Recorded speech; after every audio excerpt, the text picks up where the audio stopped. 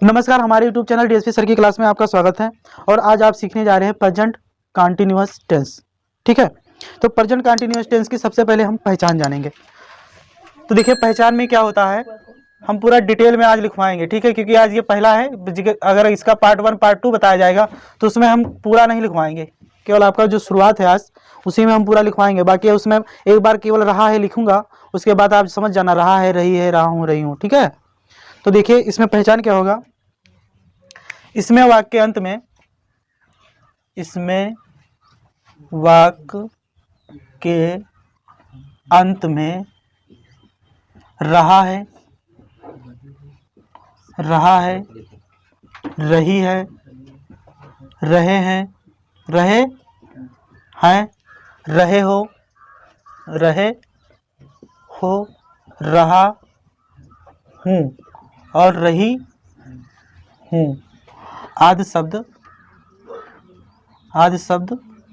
आते हैं। इसमें कर्ता के द्वारा, इसमें कर्ता है ना, कर्ता मतलब क्या हुआ जानते हो? सब्जेक्ट। कर्ता मतलब सब्जेक्ट के द्वारा कोई भी कार्य लगातार जारी रहता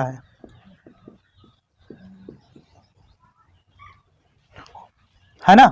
यानी कि इसमें वर्तमान समय में कोई भी कार्य जो लगातार रहता है, इसमें क्या रहता है? जारी रहता है। इसमें क्या है? वाक्य अंत में रहा है, रही है, रहे हैं आएगा, साथ में इसमें सब्जेक्ट के द्वारा वर्तमान समय में यानी प्रेजेंट टेंस में कोई भी कार्य लगातार जारी रहेगा। जैसा बताया गया ना कि टेंस 3 तरह के होते हैं।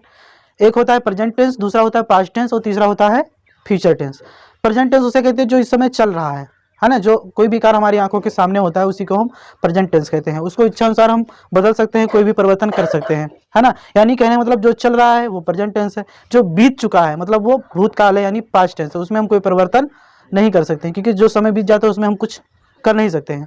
और फ्यूचर टेंस उसे कहते हैं जिसमें जो समय आने वाला होता है यानी भविष्य की ओर संकेत करता है ना। जो समय आने वाला होता है उसी को हम भविष्यकाल यानी भविष्यत काल कहते हैं, फ्यूचर टेंस कहते हैं। तो अभी वो बहुत दूर है, अभी हम प्रेजेंट ही पढ़ रहे हैं। तो प्रेजेंट टेंस में अभी जो इंडिफिनिट पढ़ा था उसमें कोई भी कार्य रुक रुक कर होता था। इसमें कोई भी कार्यकर्ता के द्वारा वर्तमान समय में लगातार जारी रहेगा। जैसे मैं जा रहा हूँ मतलब जाने का काम चालू है तो वो चालू है, रुकने का कहीं नाम नहीं है। अब इसी बात ये होता कि मैं घर जा चुका हूँ तो उसमें वो जो काम जारी था ना वो वहाँ पे पूरा हो जाता है। इसमें पूरा नहीं होगा, बस केवल जैसे मैं लिख रहा हूँ तो मेरे लिखने का काम हो रहा है मतलब जारी है लगातार। मैं पढ़ रहा हूँ मतलब पढ़ने का काम लगातार जारी है। तो इस तरह से आपको समझना है कि इसमें कोई भी कार्य लगातार क्या रहता है? जारी रहता है। अब इसमें आपको एक चीज आपको जानना है। चलिए सबसे पहले ये जान लेते हैं, प्रेजेंट इंडेफिनिट में इज एम आर का प्रयोग नहीं होता था। इज एम आर उसमें खल्लास था कि उसके जगह पे यस या फिर डू या डस का प्रयोग करते हैं। लेकिन प्रेजेंट कंटीन्यूअस टेंस में इज एम आर का प्रयोग होता है। ठीक है, तो सबसे पहले हम वही चार्ट बनाएंगे कि इज एम आर का प्रयोग कहाँ करते हैं, है ना। तो देखिए चार्ट हमारा क्या है, ये चार्ट। ठीक है, यद हमारा सब्जेक्ट, ठीक है, यसन है, ठीक है, ही है, सी है या फिर इट है या फिर किसी का नाम है मोहन गीता सोना। ठीक है, तो आपको क्या लगाना है? इसका प्रयोग करना है। और यद हमारा सब्जेक्ट आई है तो उसके साथ क्या लगाना है? आई एम का प्रयोग करना है। और आपका यद हमारा सब्जेक्ट पियन है, आई तो उधर हो गया ना, वी, यू और दे। अगर इनमें में से कोई है तो क्या लगाना है? आर लगाना है। अब कुछ कंडीशन इसमें है कि कब हम इस एम आर का प्रयोग मतलब कि कब आईएनजी जो लगाने का नियम है। तो ये जानो, यहाँ पर हम वहाँ पे B4 लिखेंगे जहाँ पर ये लिखा रहे वर्ब का फर्स्ट फॉर्म प्लस आईएनजी होता है। वर्ब का फर्स्ट फॉर्म प्लस आईएनजी, इसको हम शॉर्टकट में B4 कहते हैं। क्या कहते हैं? B4 मतलब वर्ब का फोर्थ फॉर्म। जैसे वर्ब का फोर्थ फॉर्म होते हैं मतलब 4 फॉर्म होते हैं। जैसे आपका ये V1 हो गया, V2 हो गया, V3 हो गया, V4 हो गया और V5 हो गया। अब जैसे एक एग्जांपल द्वारा समझते हैं। जैसे फर्स्ट फॉर्म हमारा हो गया गो, तो सेकंड फॉर्म क्या होता है? वेंट। और तीसरा क्या होता है? गॉन। और चौथा हमारा क्या होता है? Going, I N G. यही V4 आज यही का यूज करना है। ठीक है, और अगर वर्ब के फर्स्ट फॉर्म में है ना यस या यस जोड़ देते हैं तो वो हमारा V5 हो जाता है ना। एक बात और याद रखना है, यदि कोई क्या कहते हैं कि किसी वर्ब के अंत में, किसी वर्ब के अंत में है ना क्या हो? ई हो, वर्ब में क्या हो? ई हो, और उससे पहले कोई कॉन्सोनेंट हो, उससे पहले क्या हो, कॉन्सोनेंट हो। जैसे ओवेल, जैसे कि पता है ना, ए ई आई ओ यू 5 होते हैं ना, तो इनमें में से मतलब लास्ट में ई है और उससे पहले कोई कॉन्सोनेंट है, मतलब इन 5 को छोड़कर, है ना, कोई कॉन्सोनेंट है, तब जब भी हम आईएनजी लगाएंगे तो उस ई को हटा देंगे, मतलब दफना देंगे, खत्म कर देंगे। अब जैसे एग्जांपल देख लीजिए, जैसे हमने कहा कि कम, क्या हो गया, कम, तो देखिए अंत में ई है, उससे पहले यम क्या है, कॉन्सोनेंट है, तो जब भी हम आईएनजी लगाएंगे तो क्या करेंगे बताओ, सी ओ एम, ई को हटा देंगे, कमिंग हो जाएगा, है ना। जैसे एक एग्जांपल आप देख लीजिए, गिव, है ना, तो ई को सफाया कर देंगे, मतलब क्या हो जाएगा, G I V I N G, giving हो जाएगा। और एक बात याद रखना, कोई लास्ट में कोई क्या हो, कोई कॉन्सोनेंट हो, लास्ट में क्या हो, कोई लास्ट में क्या हो, कोई कॉन्सोनेंट हो, और उससे पहले अगर एक ओवेल है, कितने ओवेल है, एक ओवेल है, तो अंतिम जो अक्षर है ना कॉन्सोनेंट, उसको डबल कर देते हैं। जैसे आप एग्जांपल देख लीजिए, सी यू टी कट, तो अंत में देखिए क्या है, कॉन्सोनेंट है कि नहीं है, और उससे पहले एक ओवेल है, इसी 5 में से कोई भी हो, तो जो अंतिम अक्षर है ना उसको हम डबल कर देते हैं।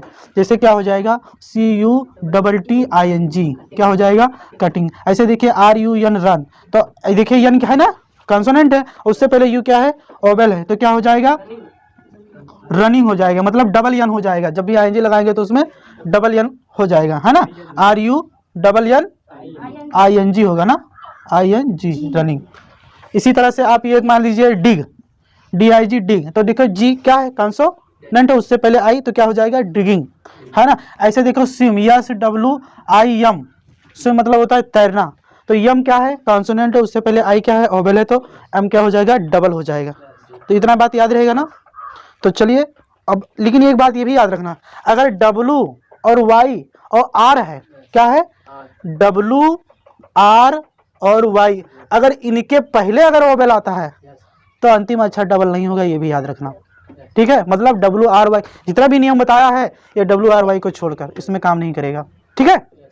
तो चलिए अब हम इतनी बातें समझ गए ना कायदे से, है ना, यानी कि हम पहचान भी जान गए और इसका क्या कहते हैं, चार्ट भी जान गए, कुछ आईएनजी लगाने का नियम भी जान गए। अब चलिए हम अफर्मेटिव सेंटेंस शुरू करेंगे, ठीक है। तो चलिए इसमें हम सबसे पहले शुरू करेंगे अफर्मेटिव सेंटेंस, ठीक है। अफर्मेटिव सेंटेंस, ठीक है, वहां पूरा जाएंगे ही नहीं, ठीक है। तो अब देखिए इसमें सबसे पहले हम रूल लिखेंगे, है ना। रूल हमारा क्या है, सबसे पहले लिखेंगे सब्जेक्ट, उसके बाद इज या एम या फिर आर, ठीक है। उसके बाद आपको लिखना है V4, जैसा कि बताया ना, V4, गधा नहीं क्या, बाद में ना पूछ भाई हो, अभी लिखे कहना है कि समझे कहना है। जैसे कि बताया गया कि आईएनजी के जगह पे हमको क्या लिखना है, हम डायरेक्ट V4 लिख दे, V4 का मतलब भाई आईएनजी लगाकर ही लिखना है, ठीक है।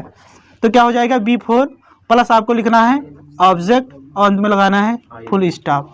बस अगर इतनी बात आपको रूल में दिखना है, और यही आपका सीढ़ी है, इसी को देखकर आपको सारे सेंटेंस बनाने हैं, ठीक है। आपको कब इज, कब एम, कब आर लगेगा, ये हमको ये वाला चार्ट बताएगा, ठीक है, पक्का।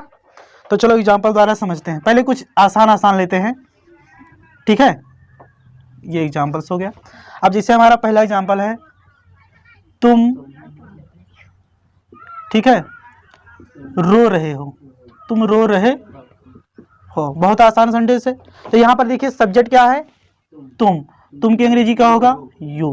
अब यू के अनुसार बताओ, इज लगेगा, एम लगेगा, आर लगेगा, तो हमारा जो चार्ट है कह रहा है यू के अनुसार आर लगेगा, तो हम क्या लगाएंगे, आर। अब रोना की अंग्रेजी होता है वीप, यही होता है ना, तो इसमें V4 लिखा है ना, तो अब ये तो वीप तो फर्स्ट फॉर्म है, हमें तो फोर्थ फॉर्म लगाना है, मतलब इसमें आईएनजी लगा देंगे। अब आप सोच रहे हैं कि सर जी क्या कहते हैं डबल पी नहीं किए, क्यों, क्योंकि अंत में पी है और उससे पहले वोवेल है, लेकिन यहाँ पर एक वोवेल, हमने एक वोवेल की बात की थी, यहाँ पे डबल वोवेल होगा, डबल वोवेल होगा तो अंतिम अक्षर डबल नहीं होगा, ठीक है। तो ये हो जाएगा वीपिंग। अब जैसे मैं अगला एग्जाम्पल लिख रहा हूँ कि वह गीत गा रहे हैं, तो हमारा सेंटेंस देखो यहाँ पर सब्जेक्ट क्या है, वह, तो वह की अंग्रेजी क्या हो जाएगा, दे, और दे के अनुसार चार्ट हमारा कह रहा है आर लगेगा, तो क्या लगाएंगे, दे आर। अब देखिए गाना अंग्रेजी क्या होता है, सिंग, इसमें आईएनजी लगा देंगे, सिंगिंग, ठीक है। और क्या हो जाएगा, ए सॉन्ग, ठीक है। और चलो देख लेते हैं कि नेहा पत्र लिख रही है। तो यहाँ पर देखिए नेहा किसी का नाम है, तो क्या हो जाएगा, नेहा को पटक देंगे, पटक दिया।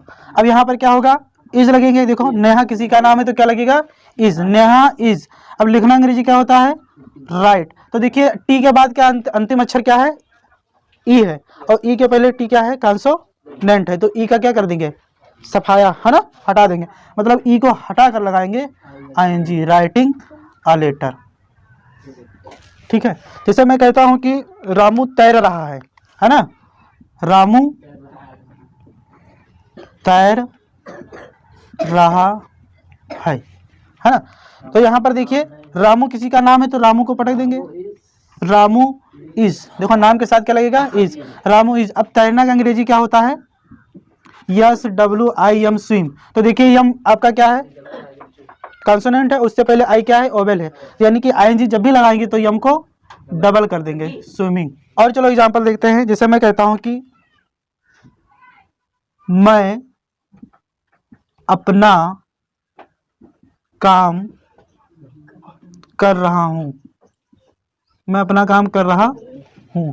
तो यहां पर मैं की अंग्रेजी क्या होगा बताओ, आई होगा, आई हो गया। अब आई के अनुसार क्या लगेगा, एम। चार्ट हमारा कह रहा है एम लगाओ, एम लगाएंगे। अब यहाँ पर एक बात और आपको ध्यान रखना है, अगर अपना नहीं दिया है, क्या अपना नहीं दिया है, केवल लिखा है काम कर रहा है, तो आपको लिखना है वर्क। क्या लिखना है, वर्क। और अगर जैसे भैया अगर ये अपना दिया है, ठीक है, तो ये अपना ना, ये काम है ना, इस करना का साथ छोड़कर इनके साथ हो जाता है, अपना काम के साथ, और ये बेचारे अकेले हो जाते हैं, डू। तो जब ये अकेला हो गया डू, तो करना अंग्रेजी होता है डू। क्या होता है, डू। तो करना अंग्रेजी डू लिखेंगे, इसी में आईएनजी लगा देंगे, हो जाएगा डूइंग। अब अपना काम बचा, तो आई के अनुसार अपना अंग्रेजी क्या होता है, माई वर्क। ठीक है, बोलो।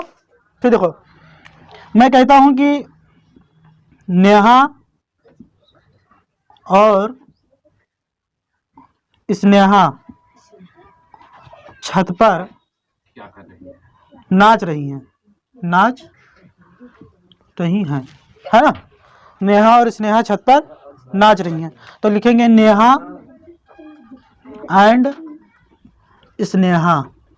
अब बताओ यहाँ पे हेल्पिंग वर्ब क्या लगेगा, इज लगेगा, एम लगेगा, आर लगेगा, क्योंकि रूल बता रहा है ना, इज एम आर तीनों में से एक सेलेक्ट करना है, तो मैं किसे सेलेक्ट करूं, आर। अब यहाँ तो नाम है, तो नाम है तो क्या करेंगे, पिया नहीं। क्यों पिया नहीं, क्योंकि यहाँ पे एक नहीं दो लोग हैं, नेहा और स्नेहा दो लोग। और हाँ, एक से ज्यादा है, प्लूरल का मतलब यही होता है कि जब भी एक से ज्यादा होगा तो वहां पे आर लगेगा, और जब एक ही चीज होगा तब आपका इज लगेगा, है ना। तो हमारा क्या है, ये दो लोग हैं, यानी कि एक से ज्यादा है, तो क्या हो जाएगा, आर, है ना। और नाचना का अंग्रेजी होता है डांस, आईएनजी लगा देंगे, हो जाएगा डांसिंग। अब बचा क्या, छत पर, तो क्या लिखेंगे, ऑन द रूफ। क्या लिखेंगे, ऑन द रूफ। उम्मीद है ये वीडियो आपको अच्छी लगी होगी, है ना। और क्या कहते हैं कि अगर हमारे चैनल पे पहली बार विजिट किए हैं तो चैनल को सब्सक्राइब और कमेंट जरूर कीजिएगा।